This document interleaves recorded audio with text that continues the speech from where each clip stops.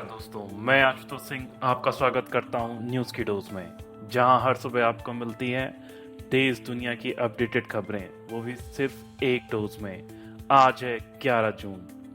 सबसे पहले राष्ट्रीय समाचार। विश्व बैंक ने भारत की 2025-26 के लिए जीडीपी वृद्धि दर के अनुमान को घटा दिया है। पहले ये अनुमान दर 6.7% था, अब घटाकर 6.3 कर दिया गया है। अगले वर्ष यानी 2027 के लिए यह अनुमान 6.5 रखा गया है। यह कटौती वैश्विक मांग में मंदी, घरेलू उपभोग में अस्थायी गिरावट, तेल कीमतों में उतार चढ़ाव और मानसून पर निर्भर करता है। इन सभी कारणों से अल्पकालिक विकास पर थोड़ा असर पड़ेगा, लेकिन भारत के लिए अच्छी खबर भी है।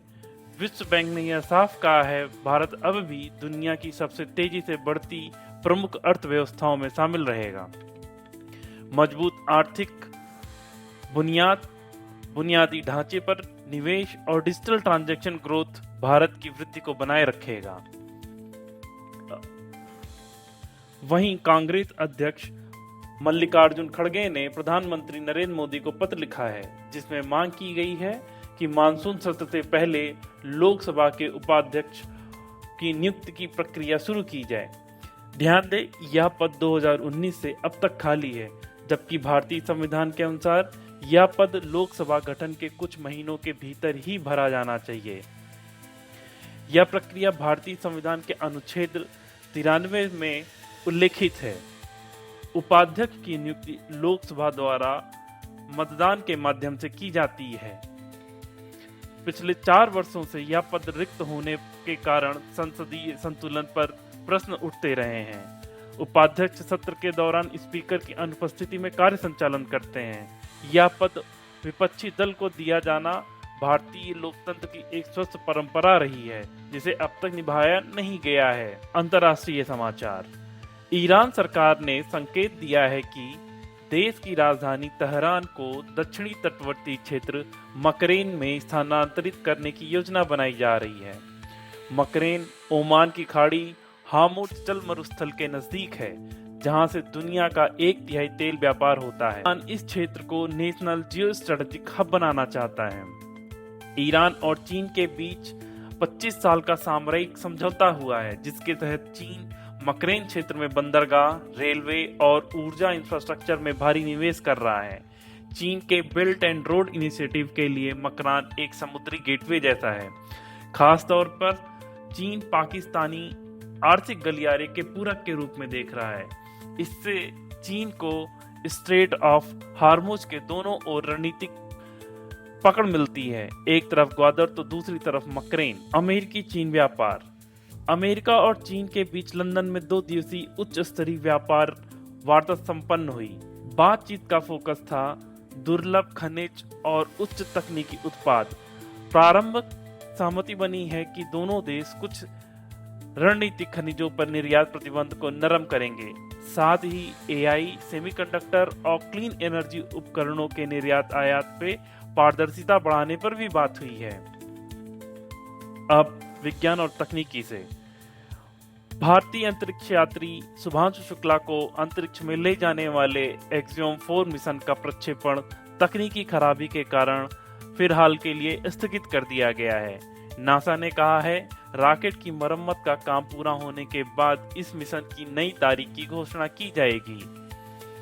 आज रात यानी 11 जून को आसमान में एक बेहद खास चंद्रमा दिखाई देगा। इसे कहते हैं स्ट्रॉबेरी मून, लेकिन इसका मतलब ये नहीं कि चांद का कलर गुलाबी होगा। यह नाम नॉर्थ अमेरिका की आदिवासी परंपराओं से आया है। जब इस समय स्ट्रॉबेरी की फसल काटी जाती थी, चांद का रंग आमतौर पर सुनहरा, नारंगी या लाल रंग का दिखाई देता था। भारत की फुटबॉल टीम कल AFC एशियाई कप क्वालिफायर में मेजबान हांगकांग से 0-1 से हार गई। हांगकांग के स्टीफन परेरा ने 49वें मिनट में गोल करके जीत सुनिश्चित की। यह हार भारत की सऊदी अरब में होने वाले 2027 एशियाई कप के लिए क्वालिफाई करने की संभावनाओं को भी खतरे में डाल दिया है। वहीं आज से शुरू हो रहे वर्ल्ड टेस्ट क्रिकेट फाइनल का मैच, जो कि ऑस्ट्रेलिया और दक्षिण अफ्रीका के बीच लॉर्ड्स में खेला जाएगा, ऑस्ट्रेलिया खिताब बचाने के लिए मैदान में उतरेगा, जबकि वहीं दक्षिण अफ्रीका अपने पहले खिताब की तलाश में होगा। लॉर्ड्स में हो रहे इस ऐतिहासिक मुकाबले पे पूरी दुनिया की निगाहें टिकी हुई हैं। आज का विशेष दिवस। आज 11 जून 2025 को भारत के महान क्रांतिकारी और आजादी के मतवाले पंडित बिस्मिल की 128वीं जयंती के रूप में मनाया जा रहा है। वो काकोरी कांड के नायक और मैनपुरी शरीयत के सूत्रधार बिस्मिल ने अपनी कलम और क्रांति दोनों से ही अंग्रेजी हुकूमत को हिला दिया था। उनकी लिखी मशहूर पंक्तियां आज भी युवाओं में जोश भरती हैं कि सरफरोशी की तमन्ना अब हमारे दिल में है, देखना है जोर कितना बाजुए का दिल में है। आज ही के दिन इंटरनेशनल यान बॉम्बिंग डे मनाया जाता है।